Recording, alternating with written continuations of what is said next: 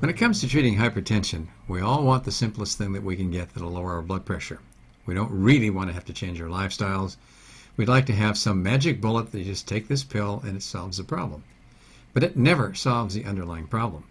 Not when we're looking for a magic bullet. And yet there are some natural things that we can do that we know about that will help us a lot. Things that will help to improve the way our blood pressure is. Some of the foods that we eat, our stress levels, the amount of exercise we do, how much we weigh, how many environmental toxins we're exposed to. An interesting article came out this past week talking about that potatoes can lower blood pressure. And you think, really, a starchy food like a potato is going to lower our blood pressure? It almost sounds ridiculous, because what do you think of when you think of a potato? Starch. When you think of starch, you think of what? Carbohydrate. And carbohydrate is what we're talking about. We're talking about the epidemic of obesity and type 2 diabetes. And nobody wants that. So the poor potato, it turns out, has gotten a bad rap. Now, admittedly, the study that was done, it was small, but it gave us, it pointed us in the right direction. And what it showed that over a month, if you eat a potato a day that has about 110 calories, that your blood pressure is going to drop about 4.3%. That's a substantial amount, and it makes a difference, and it lowers the risk for heart attacks and strokes and other complications of hypertension. The potato also has a lot of phytochemicals, and it has lots of vitamins and minerals in it. It has catalase in it, in the skin, and it's all good for us to eat.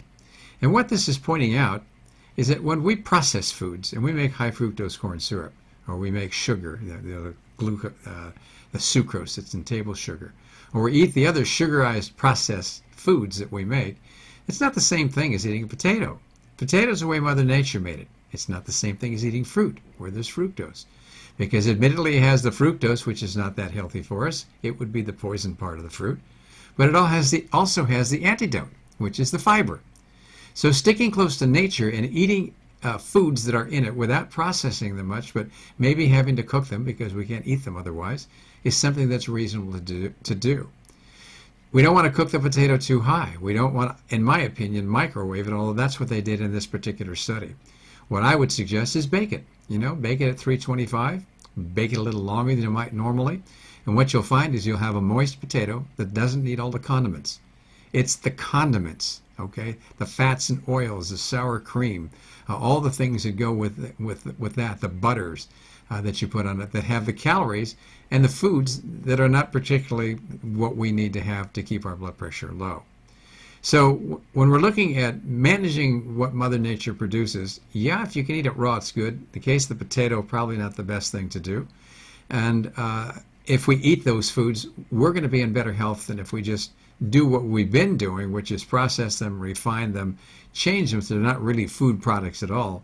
What they are is, or not foods at all, they're food products. Lifestyle is still the best medicine. We should be doing everything we can to reduce our stress levels, whether it be through exercise or meditation or however we have tools to use to reduce our stress levels. We should be getting 8 hours a night of sleep so we can be well rested and our bodies won't have high levels of stress hormones which raise our blood pressures and put us at risk for a lot of other diseases. We should maintain a weight that's as healthy as we can and avoid toxic exposures. If we do all those things and we stay close to nature, even the potato can be our friend. So let's not give the potato a bad rap. Let's just be sensible about how many we eat, how we prepare them, and what we put on them. And if we do, chances are it's going to be just as healthy as having a bowl of oatmeal.